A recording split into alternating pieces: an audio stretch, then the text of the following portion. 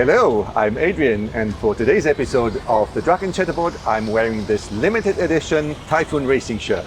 Hello, I'm Kath, and for today's episode I'm also wearing the special edition of a Typhoon shirt, special delivery from Adrian.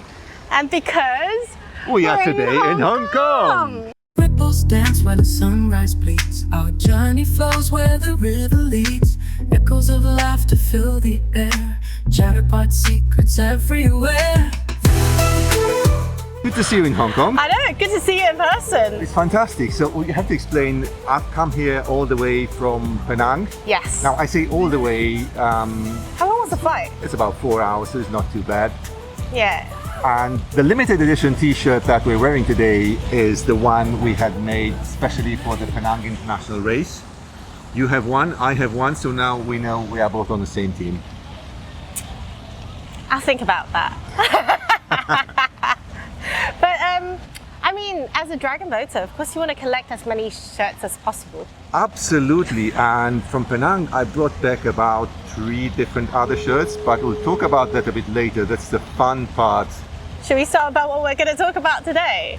Yes, today it's all about the Penang International. It was the 45th edition this year, and we went there with a small group of our Typhoon people. Yeah. We had a great time, and I'm going to tell you all about it. Ah, so this is the kickstart of our series East Meets West.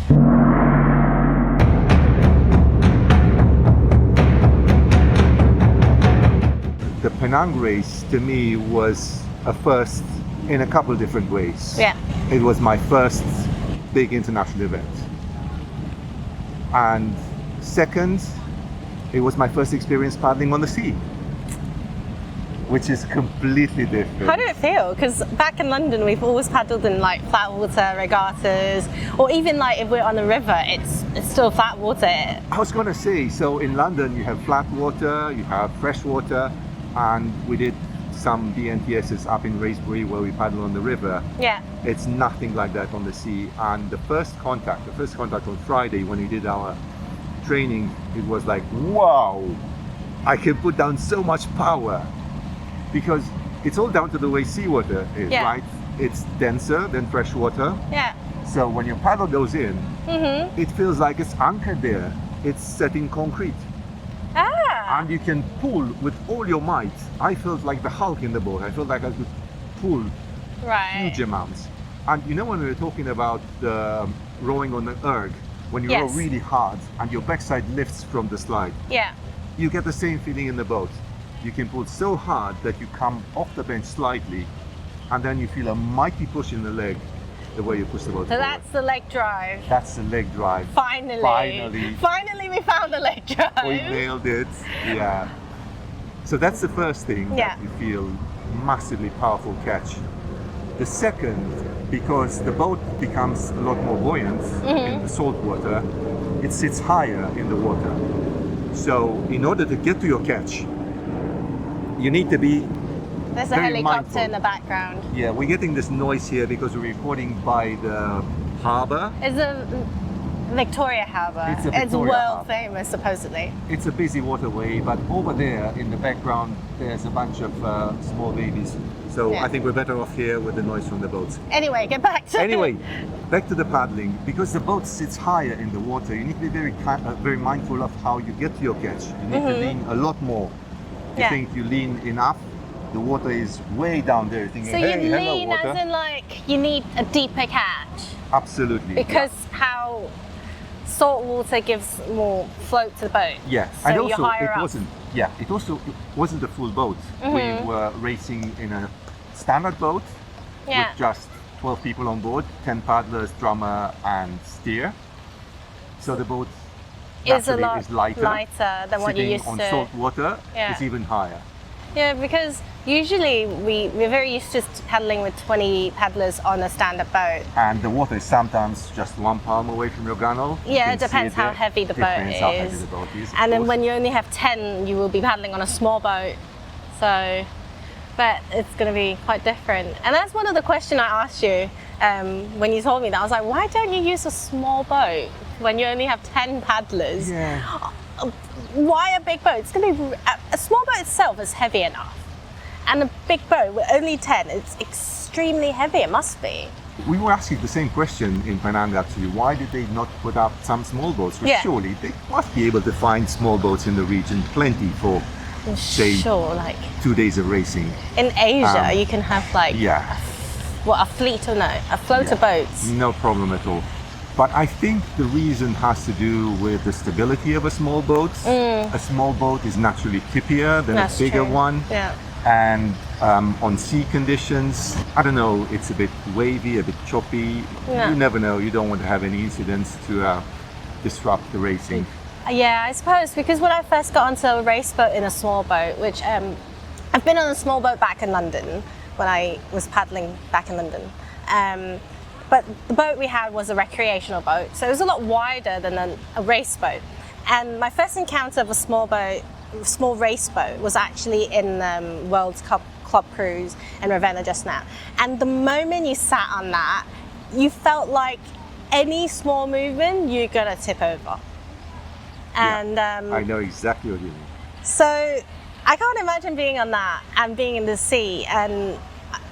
But then the sea, it was an open sea, wasn't it? It was sort of semi-open. It was in a marina, but a very flimsy sort of sea wall separating it from the open sea. It wasn't very choppy, but the sea is the sea. You know, it's a living organism. Yeah. And actually, our teammate Sutton gave us a very good explanation of how this is different. He said, "Look, the sea is dynamic, and what that means by that, it means the water moves all the time in all directions." I don't know if you noticed that, because you've paddled at sea before, both in Hong Kong and before that. But let me tell you one thing that I noticed immediately on training day. Yeah. When you put your paddle in, because the water moves, your paddle can move So wherever. it sways sideways. It sways. So it's when you pull, it's not a flutter, it's the water that moves it. So you need to bear in mind that extra movement and keep your motion linear, as Yeah, it were. so- Because initially I thought, why is my paddle pulling into the gunnel? I'm not doing that. I know how to paddle. Because sometimes it happens when you're doing drills, especially even in flat water. So they told you, okay, dip your paddle in the water, and then you're like, oh, it's moving. It's because the boat still have that momentum from the previous stroke. Yeah. But like so you're saying even when the boat was in a dead stop, Yeah. it's still swaying It's still wherever swaying it wants to a go. little bit wherever it wants to go. So it's not even like just back and forth, but like sideways. No, sideways. That's the thing. It moves under the boat as Yeah. well. But the paddle goes under the boat. The paddle doesn't. The water goes under the boat, Ah. but it will carry the paddle back Yeah. and forth. So that also goes back to, I guess, you need a deeper catch Yeah, to be absolutely. able to stabilize. And while your we're paddle. at the dynamic of the water, the boat obviously will be a little wobbly. Yeah. And at sea especially, you need to have your hips very flexible. So your hips will move with the boat, but your torso has to stay vertical. Because if everyone starts moving with the boat, you will tip over eventually. Right. So it's a bit like being in a O2 or O1 yeah. or a kayak, Yeah. where you have to be very flexible at the hips. But does it come naturally, or you were quite conscious that, oh shit, I have to It sway with probably- the boat, or you just Yeah. naturally, your body wants to stay upright, so you naturally adapt it to a slight swaying motion just to stabilize? It probably comes with the training, if I'm Okay. honest, because it's something that we drill all the time. Just be relaxed, right? Yeah. If you're tense and you're straight like a stick, obviously you will go with the boat and become a pendulum. Yeah.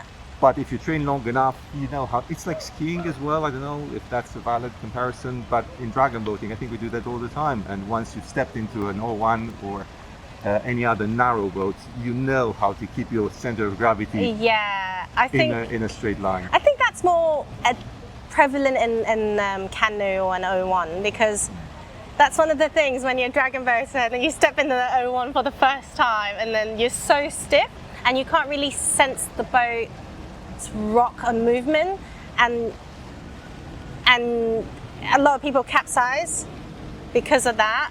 something I'm to not look at? gonna say who capsized because of that. Oh, I don't know what you're talking about. I And thought you were talking about that guy. yeah, that guy over there, he's Yeah, he's yeah. having a run. He resorted to running after this. Yeah. It's safer. Yeah, I know. You're not going to capsize, or you can topple over. Anyway, but I guess eventually, when you get used to an O1, you can feel when the armor is flying up, so naturally you will have a body movement just to balance that out. So I'd say it's quite similar in that sense in paddling in the sea on a dragon boat.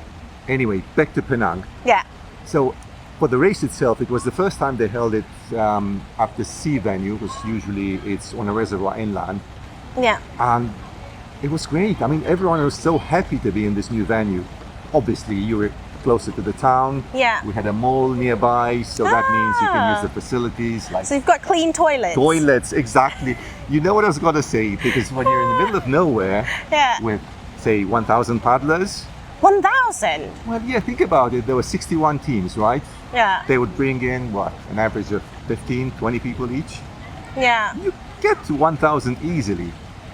So no matter how much maintenance you put into that Yeah. or how much effort, There's a bunch of porta cabins are not going to cut it. I was about to ask that question. Were there at least portaloos? There were some, yeah, but no need for them because, as I said, When you have a mall that's clearly designed to cater 1,000 people in a toilet. exactly. Not to mention the air conditioning. People were going after the race or in between races into the air conditioning just to cool off a little bit, because that was the other thing that probably Western teams were not accustomed with. How hot was it? It was around 30 degrees, so for me, it's not so okay. bad. I think it's okay. I mean, I'm a summer person. I like it when it's hot. But summer I in thrive the UK heat. is like 25 degrees. Yeah, summer in the UK, when it gets to 30 degrees, it's probably When the red granny- alert when they say stay out of the sun, Yeah. drink plenty of fluids and Yeah. all that sensible health And there'll advice. be like two nutters going out. I was like, oh, let's go paddling. It's 30 degrees. Yes.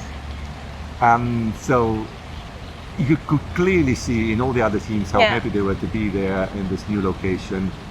And I think that's one other thing probably not many people get to experience about an international event. You get to know your competitions, your competitors from Yeah. around the region, because let's be honest, there were mostly teams from Asia. Yeah.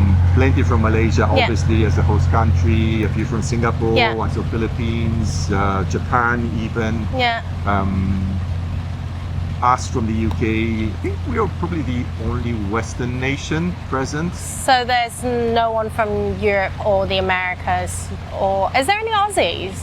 Is they're quite close to Malaysia, I suppose. Yeah, I don't know. I wouldn't want to give a wrong answer. I don't think there were any Aussies.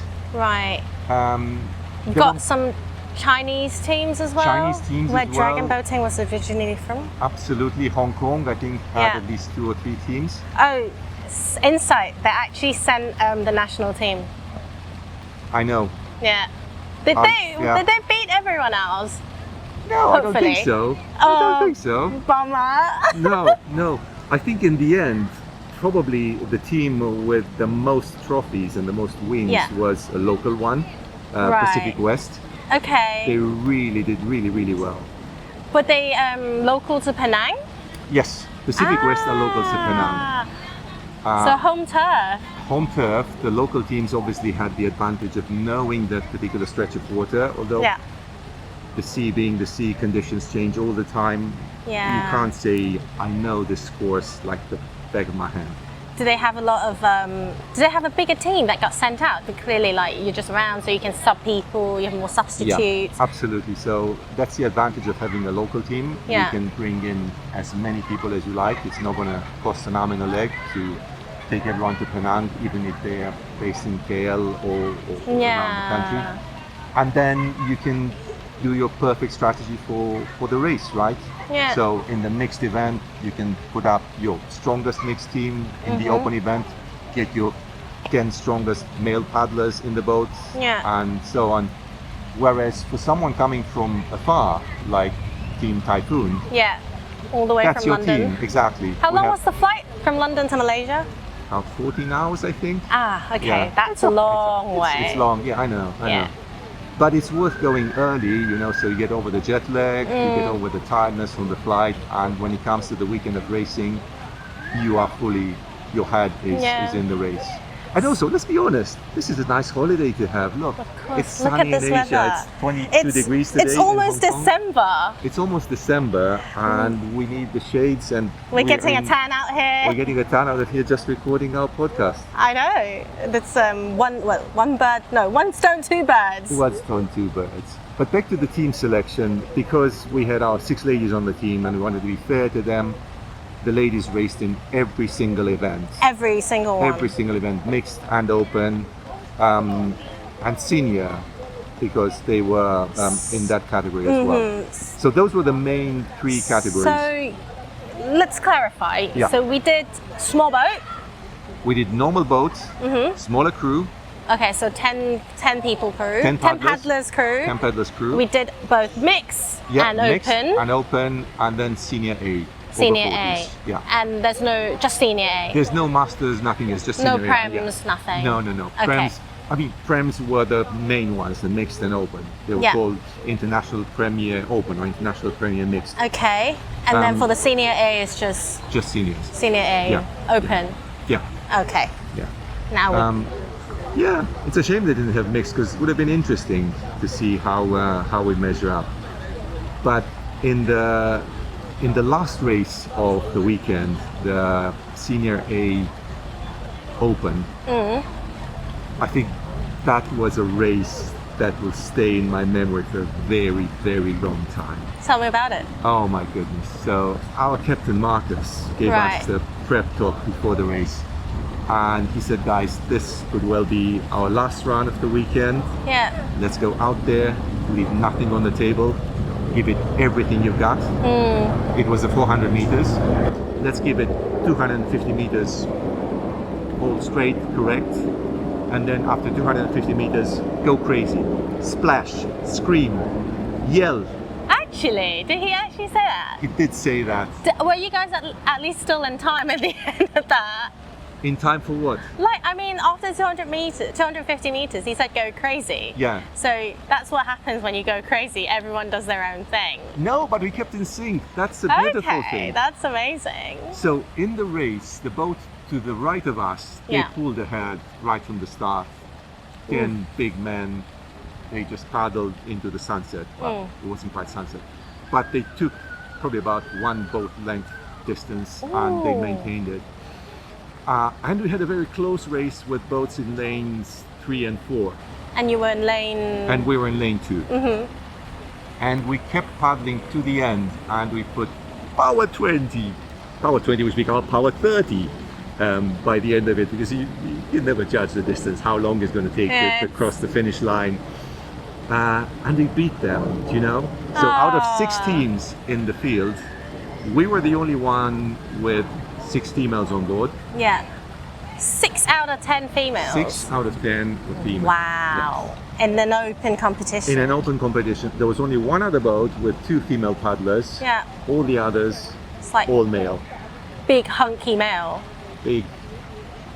Some of them, yeah. but still. But still, yeah. Yeah. And local teams as well. So they're Asian style of paddling, which is very powerful, even if it's not very fast. I think watching from the sidelines, Yeah. you know, we watch those videos on YouTube with Yeah. the Chinese team going, go. Because we always thought like the pace of Asian teams, Yeah. like when we look at it, it always felt like they are going at, I don't know, 120 per minute.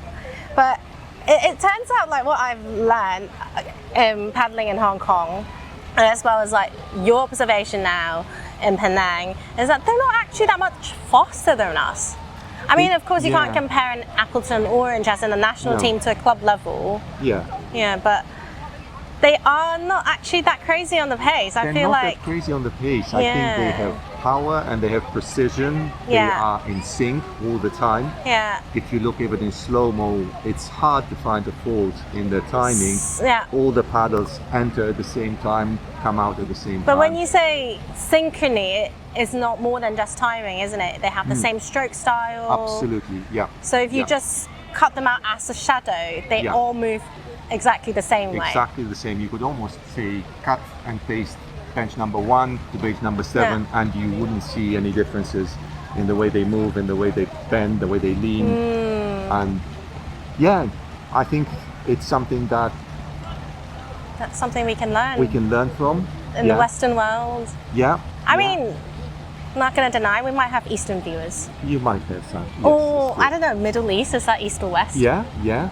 Dubai, yeah. Dubai There was a team diggers, from Dubai shout as well. out. Yeah, yeah. No, you could see there's a very powerful catch and a big drop into the catch and then powerful pull. But Not you- as long as maybe we do it in the West in our training. Yeah, I would say UK. Let's not In say the UK, West, yeah, because we correct, can't speak correct. for We Canada can't and speak for Canada, America. Yeah. Yeah, that's what I observed as well. When I was paddling in Hong Kong, the first thing they commented on was my stroke was really long, and paddling in London, paddling in the UK, we've always been told the longer the stroke, the better it is, as long as you don't go past your hips. So that's another topic. Keep an eye out for the next episode. We'll talk Yeah. about strokes. But I feel like in Asia they don't want your strokes to be unnecessarily long. Yeah. They want it to be more efficient than long. So once it's go past a certain point that it's not putting power into the, or if it's not pushing the water efficiently, just get out of it, go for another stroke. I think that's Absolutely, the yeah. Asian main difference in East and West, instead of the misconception of stroke rate. By the way, I made friends with the captain of a local team. So the you Rogue tried to Malaya. spy them, but you Yes. became friends. Yes, because you become friends and start talking about your paddling, Yeah. how your club works, what do you do. So I sat down with the captain of the Rogue Malaya team, Yeah. and I asked him, well, what's your secret? How do you teach your paddlers to be so good, so efficient? Yeah. Take a look at this. I always tell my paddlers one thing, we can train as hard as we want. You can go, in and out of the gym. You can do many days of training on the lake.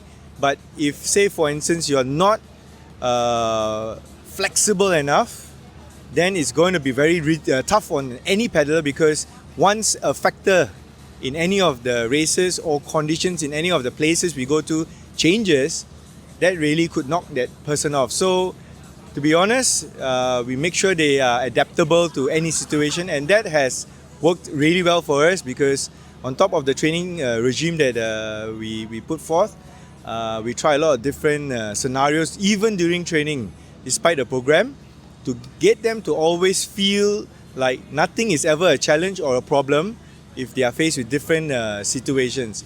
And also the other important thing I realized about these paddlers is the fact that we want them to excel. So with that, we kind of change them in the different positions in the boat, because being a pacer at the front, you may feel like, hey, you're the leader of the team, or the boat. And the back guys might feel like, shit, I'm being left out because I'm maybe not good enough to be in front. But then, no, at Rogue Malaya, what we do is, beginning of the season, we place all different sizes or rows of paddlers in various different parts of the boat to give them a feel of what probably the guy at the back, you might think is useless, but the water is coming so fast. They are required to accelerate even more in the water. And then they all start to realize and appreciate, most importantly, each paddler's role in a dragon boat. But thinking back of Penang, because I've had a couple of days now to let it sink in, Yeah. I think the best memories and the best things that I take away from there is just the environment, spending time with your teammates. I thought you were going to comment on being very warm instead of being cold. Oh no, that's natural. I mean, that's the environment. What you're going to do. But spending time with your teammates, Yeah. and we actually rented a big house together. There was 8 of us staying at the big yeah. house. It's amazing. It's something that makes our team tighter together, Yeah. strengthens the bond that we already have, and the fact that we don't hate each other after spending all the time together, both racing and at the house and traveling and eating out. Yeah. Well, I remember when you get a new paddler, that's what you always tell a new paddler. Come to racing, because I feel like every new paddler when they first start, it's almost a bit scary for them to say, not that good, I don't want to go racing. And we always tell them, go racing. That's how you bond with the team. That's how you will fall in love with racing. Yeah. I bet falling in love with racing is not the fact of the race itself. Of course, it's also the adrenaline rush, but also it's how you win together, how you lose together, how you you spend the whole day together in the tent together if it's a local race, and it really helped the team bonds. And when you go to international race, that's what you said, as you spending time with them for what, 2 weeks together, a couple of days together, depends on what kind of race, and it's a different kind of bond that you share, that memory that you won't share again with anybody else, especially as you grow a little bit older. You're not like 15 anymore. You don't go on holiday with 20 different people at the same time, and it really brings the team together, especially in, I think it's really important for a sport like ours because you have 20 on a team, and everyone says dragon boat is the ultimate team sport. Everybody has to do the same thing at the same time, and having that team spirit is really important to really bring the team together and to be able to execute things in synchrony. Yeah, absolutely. Actually, one picture we took at the last race, our last run, you can see it radiates something special. Aww. I put it on social media and it's got the most likes of everything I've done in Penang. It's amazing. You can feel it actually even from the cold phone screen or whatever you're watching at. I loved it. Yeah, it's absolutely. So sweet. It's so good. Yeah. At one point I had my team picture as my phone screen's saver as well. It's different when you really bond with the team, and it's just, I don't know, you have to be paddling to experience it. You have to race to experience it. And the company, we were talking, I think on the first episode or before the first episode, how we learn from our teammates, from our bench mates. And we were having dinner one night and people started telling their memories of doing GB. And then you realize, goodness me, out of 7 people around the table, You're the only 5 one. have already done GB. So you're in a lot of good company. You are in a very good company. And people are so willing to share, that's the good thing. So absolutely. As long as you're willing to ask, someone's there to answer your questions, someone's there to help you. That's so sweet. And also, speaking of GB, remember our first episode about flying the flag? Yeah. Going to an international event, even though you're not officially representing the country, but you are representing the country, right? Yes. You have the Union Jack on your badge. Yes. You have the Union Jack on the back of your shirt. And honestly, I'm not kidding. When I saw that badge, I instantly felt like 2 inches taller and 5 inches wider in the shoulders. You don't need that extra 2 inches. No, but 5 inches in the shoulders, I'll take that anytime. Right. But yeah, and I bet, are the teams feel the same? I do so, yes. Aww. Because everyone was wearing their national flag on their t-shirts. Yes, you can see them. Some more obvious than others. Like ours is clearly Union Jack. Others, like the Japanese, were a bit more stylish, stylized. Yeah. Aww. It's great. I want to do it again. In fact, I've signed up already for next year. We're doing a trip to Busan. Are you in? I might be going with Sea Gods.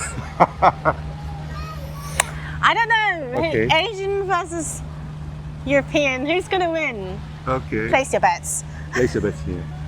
1.1 for Sea Gods? No. What? What 1.1? Like, like when you place bets. Oh, the odds. Yeah, the odds. Like 1 to 1. 1 to 1.1 for Sea Gods to win. I'll give that to you, fine. Yeah, I'll change it by tonight. Huh? Okay. Anyway, go back to. So speaking of the shirt. Yeah. You said you said your shirt has been really popular. Oh my God, this shirt. And we have to give a big shout out to Diana, who designed this shirt and then had them made in Malaysia for a fraction of the price. Oh, was it made in Malaysia? Yeah, this is made in Malaysia. No wonder it feels different. It feels different. The materials is really good quality, and we paid a fraction of what we would have paid in the UK. Anyway, the design is so good. People were stopping us at every step, asking, "Do you want to swap? Do you want to swap?" And that was on Friday, even before we started racing. And we were going, "Guys, we're still racing. I need the shirt to I need this shirt to race. And even on the final day of racing, there were people coming by our tent. Do you want to swap? Do you want to swap? I have this and that. And eventually we did a lot of swaps. Yeah. I think my one regret is not having enough shirts to swap. That's what I told you. I know, you told me, and I didn't believe you. I thought, yeah, I'll have two. I'll have You a... were, oh no, I I'll want have to a keep vest. mine. I'm like, no, Yeah. you won't. You won't want to swap every single one. I even like, when I went for internationals, apart from the race shirt I had, I took every single shirt, training shirts that I don't wear anymore, just to swap. Yeah. So I had two. I had a vest, which I raced in, and this t-shirt, which I'm going to keep. Yeah. I could have swapped yours, actually. Why did I not do that?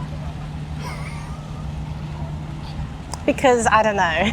Yeah, I would don't have know. tossed him in the sea if he did that. No, I wouldn't. Yeah. I'm a nice person. Anyway, you're asking about the after party. Yes, and that's what I was concerned about, after party.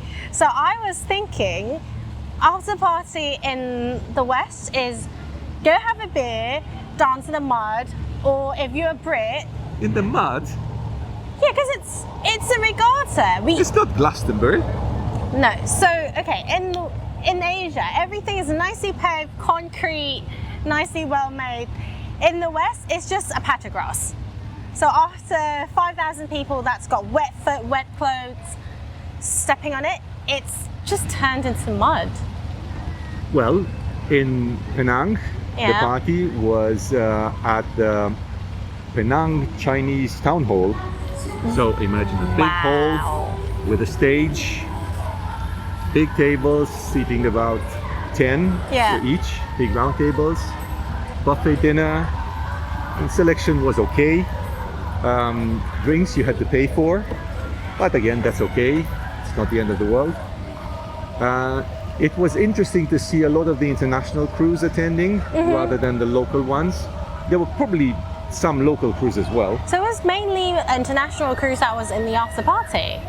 I believe so. I mean, maybe it was a 50-50 because with so many Malaysian crews Yeah, in the that's competition, that must have been at least 50%. And actually, it's part of the tradition that the crews organize a little artistic act or something. Every single crew has to. They're not going to force you to. So what did Typhoon do? We didn't do anything because they didn't force us to, so we didn't do any. Well, I bet that you're just gonna sing, I don't know, Sweet Caroline. There was a singer, I think it was part of the singing. Sweet Caroline? No, I don't think it was. Says the British. But they brought in the Malaysian Elvis. Hold up, Malaysian Elvis. The so Malaysian he's from the Elvis. 70s. The Malaysian Elvis was at the after party. So he's he sang on the famous. scene. He's famous. Did you Yes. get an autograph? No. I tried to get a picture with him after the end of Did the you? show, but no, he went back to the stage. He wanted to sing some more, and I had a plane to catch. So, sorry, Elvis. Aww. It's either Elvis or coming here. So, really, Or you can kidnap him. not a difficult choice. Oh, alright. But what else? So the local crews, one of them, I'm pretty sure they were local because they organized a big song and dance, which Wow. actually filled the scene, the stage, and then they came down the stage and everyone got involved in the dancing. It was mad. Okay. That's, I mean, you're looking at grown-up people, not students Yeah. anymore. yeah, when's But the the last time fun you they did that? had, the fun they had, it was so joyous and so good to watch. So, enough of Penang. There's Enough of Penang. something We're now very- in Hong Kong. Yep, so something really exciting is going to happen tonight. Yes, we're going paddling again.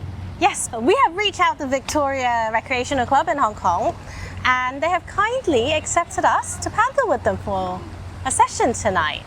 So let's see how it goes, and we'll catch you later.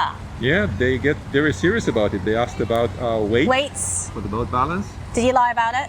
No, I never No, lie. never lie about your weight on the Never lie boat. about your weight, or you'll end up in the water. Yeah, and I said you were righty. I was correct, right? I'm a righty. Yes, Okay. don't put me on the left. You If you want to keep me alive. Right, so we'll update you and more. So we'll catch up later with impressions from the Hong Kong paddling. Right, see you later. Couples dance where the sunrise bleeds. Our journey flows where the river leads. Echoes of laughter fill the air. Chatterpod secrets everywhere.